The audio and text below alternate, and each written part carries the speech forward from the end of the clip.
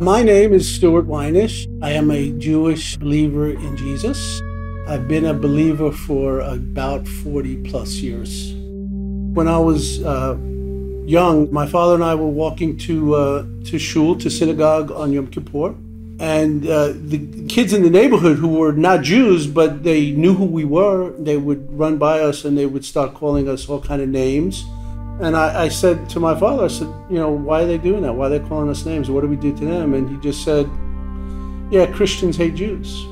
When I was a young teenager, I was not real happy with a lot of the hypocrisy I saw in religion, in my home, in my synagogue.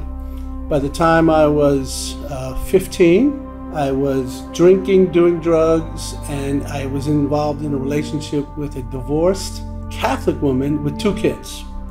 And I thought, how much more rebellious could a good Jewish boy be than that? Well, my girlfriend at that time became a believer in Jesus. So I was spending anywhere from 5 to 8 hours a day just reading the Bible.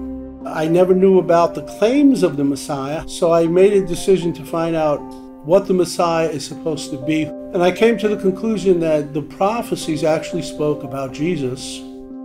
I went to church on Christmas Eve, and when I left the church that night, I became convinced that the devil was trying to trick me to become a Christian. My girlfriend's house was 2 blocks away from a brand new church.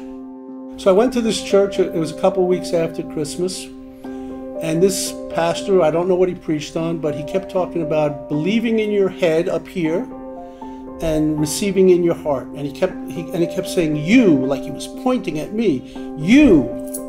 And I realized that I did believe in Yeshua, Jesus up here, but no one ever told me about receiving him into my heart. God is not done with Israel. The Jewish people both need to and deserve to hear the message of redemption through those who have embraced eternal life through Jesus' redemption. Maybe you're sitting there right now. Maybe you're thinking, making a decision to accept Yeshua, Jesus. Am I really willing to make that decision? Am I really willing to take the consequences that comes with it? The pain it may cause my family. And you're sitting there thinking, I don't know if I want to make that decision.